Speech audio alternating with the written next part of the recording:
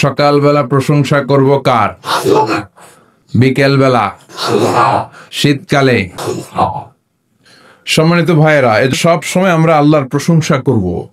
আল্লাহর প্রশংসা করলে আল্লাহ বড্ড খুশি হয়ে যায়, আর শয়তান বড্ড বেজার হয়ে যায়। আমাদের মিশন হচ্ছে শয়তানকে বেজার রাখা আর আল্লাহকে খুশি রাখা। যখন কিছু খায় তারপরে যখন আলহামদুলিল্লাহ বলে, আল্লাহ খুশি হয়ে যায়। বান্দা যখন কিছু পান করে, পান করার পরে যখন শুকরিয়া করে, আল্লাহ খুশি হয়ে যায়। প্রশংসা করব না কেন?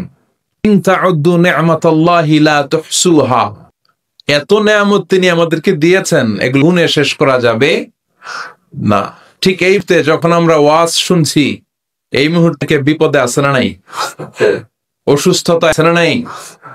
অ্যাক্সিডেন্টের মতো ঘটনা বাংলাদেশের হাইওয়ে গুলোতে আছে না নাই? হসপিটালের বেডে ভর্তি আছে না নাই? ইন্টার কেয়ার ইউনিটে ভর্তি, বার্ন ইউনিট ভর্তি, জ্বলে গিয়েছে, রক্তের প্লাজমা দরকার। আত্মীয় স্বজনরা হন্যে হয়ে অন্য বার্ন ইউনিট গুলোতে ঘুরছে বাঁচানোর জন্য। এরকম পেশেন্ট, রোগী বিপদগ্রস্ত না নাই? তো তাদের তুলনায় আমরা হাজারো গুণ ভালো না? ঠিক যে মুহূর্তে আমরা আলোচনা শুনছি, ঠিক এই মুহূর্তে হসপিটালের বেডে শুয়ে অনেক মৃত্যুর সাথে পাঞ্জা লড়ছে। ক্যান্সার, দুরারোগ্য ব্যাধি যার কোনো অ্যান্সার নাই, কিন্তু এই সব আপদ বিপদ বালা মুসিবত থেকে আমাদেরকে হেফাজতে রেখেছে কে? এজন্য সময় প্রশংসা হবে কার? মনে থাকবে তো? সবসময় পড়বেন আলহামদুলিল্লাহ। কি পড়বেন? যে কোনো পরিস্থিতিতে আলহামদুলিল্লাহ। এই বান্দাদেরকে আল্লাহ বড় পছন্দ করে, এই বান্দাদেরকে আল্লাহ সাপোর্ট করে, হেল্প করে, সাহায্য করে। আল্লাহর সাহায্য আর সাপোর্ট ছাড়া এক সেকেন্ড আমরা চলতে পারি? আল্লাহ আমাদেরকে বোঝার তৌফিক দাও। সম্মানিত শুধু শুন, আমরা ফরমালি আল্লাহ রাব্বুল ইজ্জাতকে জানাই, ধন্যবাদ জানাই যে আল্লাহ এত চমৎকার পরিবেশে, অনেক জায়গায় তো অনুমতি পাওয়া যায় না। আপনাদের এই এলাকার প্রশাসন বড্ড ভালো, ইসলাম প্রিয়, কোরআন প্রিয়। এই এলাকার জনপ্রতিনিধিরা খুব ভালো, তাফসীরুল কোরআন মাহফিল গুলোকে এলাও করেছে, ঠিক না? কিন্তু অনেক জায়গায় এলাও করতে চায় না। এদের কোরআনের কথা শুনলে অ্যালার্জি আছে না নাই? তো এই অ্যালার্জি হয়তো কোনো লাভ হবে, কারণ এক জায়গায় না হলে আরেক জায়গায় আমরা সুযোগ যাই, ঠিক কিনা? যেখানে এই সুযোগ আমরা কোরআনের কথা বলবো, না পারলে বিদেশে বসে বলবো। এখন ফেসবুক আছে না নাই? ইউটিউব আছে না নাই? কানেক্টিভিটি আরো স্ট্রং। একটা লাইক করে দিলে ঘরের মধ্যে শুয়ে শুয়ে লক্ষ লক্ষ মানুষ দেখে, কিনা? এজন্য ইসলামের আওয়াজকে বন্ধ করা যাবে। বিশ্বনবী বলেন, ইন্নাল্লাহা জাওয়ালি আল আরদা। আল্লাহ, পৃথিবীটা তো এত বড়, এরকম ছোট্ট করে আমার একদিন দিয়েছে, ও মুহাম্মদ দেখো, এই যে Africa, this is Europe, and this is America, and this is Asia. সবগুলো কন্টিনেন্টকে দেখিয়েছে। আমি হাত্তা রাআইতু মাশারিকাহা ওয়া মাগারিবাহা, পৃথিবীর প্রাচ্য পাশ্চাত্য সব দেখেছি। আর আমাকে আল্লাহ যতটুকু দেখিয়েছে, ঠিক ততটুকু জায়গায় কোরআনের বাণী ঠিকই পৌঁছে যাবে। কোন অপশক্তি, কোন ইসলাম শক্তি ইসলামের কিচ্ছু করতে পারবে না। এই ওয়াদাটা কার? গোটা বিশ্বব্যাপী আজ ইসলামের জয় জয় গান। আমাদের অনেক তাফসির মাহফিলতে শাহাদা পড়ে মুসলমান হয়, আছে না নাই? বিদেশের বিভিন্ন কনফারেন্সে তারা শাহাদা পড়ে মুসলমান হয়। যতটুকু জায়গা বিশ্বনবী ছেন, ঠিক ততটুকু জায়গায় কালেমার বাণী পৌঁছে যাবে। ওয়ালা বাইতা ওয়াবার ওয়ালা দার ইল্লা আদখালাল্লাহু হাদাদ দ্বীন। এমন কোন ছনের ঘর থাকবে না, এমন কোন ভূখণ্ড থাকবে না, আফ্রিকা, এশিয়া, ইউরোপ, জঙ্গলের ভিতরে, গুহার ভেতরে, পাহাড়ের উপরে, যেখানেই মানব গোষ্ঠী থাকে না, আল্লাহ কোরআনের বাণীকে পৌঁছে দিবে। এই কোরআনের আওয়াজকে আটকে রাখার ক্ষমতা কারো নাই। আটকাতে চাইলে ওরে আটকায় দিবে কে? বিশ্বাস হয় নাকি সন্দেহ লাগে? আল্লাহ বোঝার তৌফিক দান করুক, আমরা পড়ি আমিন। আসুন আমরা আল্লাহ শুকরিয়া জানাই যে চমৎকার পরিবেশে আমরা আসতে পেরেছি। আমরা হৃদয় নিংড়ানো মানের সবটুকুন ভাষাকে উজাড় করে দিয়ে, সিংহ শার্দুলের গর্জন করে, আকাশ বাতাস প্রকম্পিত করে, মন প্রাণ বুক মুখ একসাথে করে, দেহের সবটুকুন গলার এই মাঝ বরাবর এনে আমরা বিশ্বনবীর শেখানো কালিমাতুশ শুকুর, শুকরিয়া বাণী অফিসিয়ালি পাঠ করে নিচ্ছি। আমরা পড়ছি আলহামদুলিল্লাহ। পড়েন রব্বানা লাকাল হামদ হামদান কিরান তাইয়িবান মুবারাকান ফীহি ইয়া রাব্বি লাকাল হামদু কামা ইয়ানবাগি লিজালালি ওয়াজহিকা ওয়া আযমি সুলতানিকা লাকাল হামদু বিমান লাকাল হামদু বিল ইসলাম লাকাল হামদু বিল কুরআন।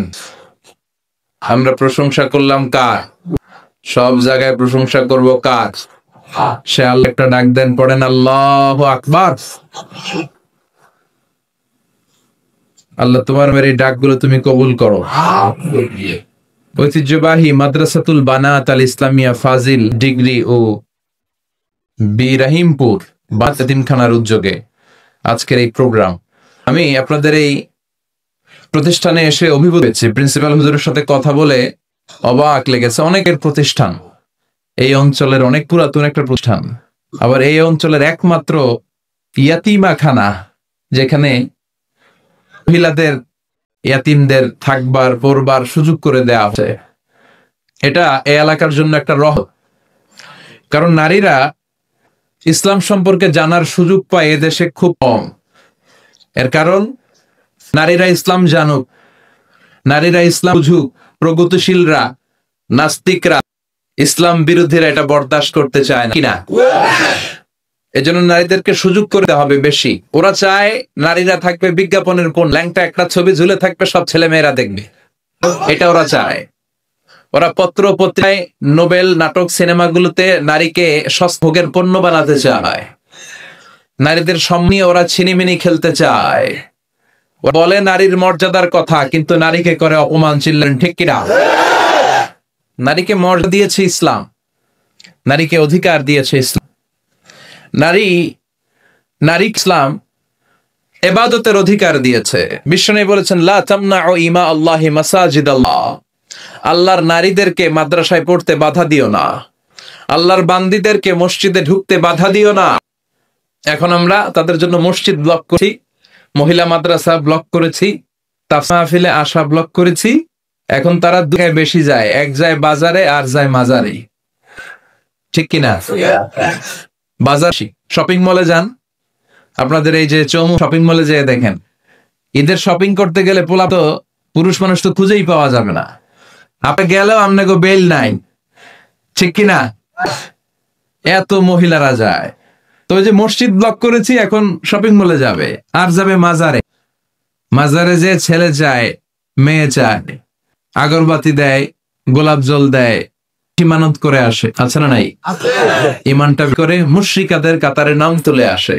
মাজারে গেলে কি সন্তান পাওয়া যায়? সন্তান দেয় কে? ছেলে দেয় কে? মেয়ে দেয় কে? ছেলে মেয়ে দেয় কে? আবার ছেলেও দেয় না, মেয়েও দেয়, তিনি কে? এরকম লোক আছে না নাই? আমাদের সমাজে অনেক ভাইয়েরা আছে, এদের ধৈর্য ধারণ করতে হবে। আল্লাহ এদেরকে ছেলেও দেয় নাই, মেয়েও দেয় নাই, এটা তাদের জন্য পরীক্ষা। ধৈর্য ধরলে না, তা না নাই। এজন্য বিশ্বনবী বললেন, তামনাউ ইয়া আল্লাহি মাসাজিদাল্লাহ। আল্লাহর বান্দীদেরকে আল্লাহর ঘরে যেতে বাধা দিও না। তারা যদি চায় মসজিদে যেয়ে নামাজ পড়তে পারবে, তো ঘরেই নামাজ পড়া তাদের জন্য উত্তম। ঘরটা উত্তম, কিন্তু যাইতে চাইলে বাধা দিতে পারবেন না। আবার মহিলারা অনেক সময় যায়, এখানে যায়, সেখানে যায়, বাসায় ফিরে আসার সময় সময় হয়ে যায়, তখন তারা নামাজটা কাজা করে ফেলে। এর কারণ রাস্তায়, শপিং বা কোন মসজিদে মহিলাদের জন্য আলাদা জায়গা নাই, পর্দার সাথে তারা নামাজটা পড়ে চলে আসতে পারবে, ঠিক কিনা? তাদেরকে অপরচুনিটি দিতে হবে, নিষেধ করা যাবে। আমাদের অনেক আলেম ওলামারা না বুঝে এগুলোর বিরোধিতা করে। আস্তে আস্তে শুরু করেন, আপনারাই পারবেন। যুবকরা যদি ইনিশিয়েটিভ নেয় যে আমরা আমাদেরকে সিকিউরিটি দিব, কিচ্ছু হবে না, ঠিক কিনা? গোটা বিশ্বব্যাপী নারীদের মসজিদে যাওয়ার সুযোগ আছে, আমরা যোগ করে দেই নাই। জুমার নামাজে, ঈদের নামাজগুলোতে তাদের মহিলা প্যান্ডেল আলাদা থাকা দরকার, যেখানে পর্দার সাথে বসে বসে তারা ইসলাম শিখবে, তারা কোরআন শিখবে। তারা আসতে পারে না, সব আয়োজন পুরুষদের জন্য। এরা ঘরে বসে বসে জি বাংলার খতম করে, আছে না নাই? খতম দিয়া ফেলায়, রাত্রে বেলায় দিতে না, সকালবেলা কাজা করে, আছে না নাই? কি ভয়ঙ্কর ক্রাইসিস! ওদেরকে আমরা সুযোগ করে দেই নাই, তারা উন্মাদ হয়েছে জি বাংলার প্রতি। তাহলে প্রথম আল্লাহ সুযোগ দিলেন বোনদেরকে ইবাদতের সুযোগ। আলহামদুলিল্লাহ পড়েন। আমার মায়েরা, আমার বোনেরা, যাদের কানে আমাকে আওয়াজ যায়, খেয়াল করে দেখেন কত অধিকার ইসলাম আপনাকে দিয়েছে। ইবাদতের অধিকার দিয়েছে, এরপরে শিক্ষা অর্জনের অধিকার, কুল ইলমে ফারিদাতুন আলা কুল্লি মুসলিম, এরপরে আছে না নাই ওয়া মুসলিমা, প্রত্যেক মুসলিম নারী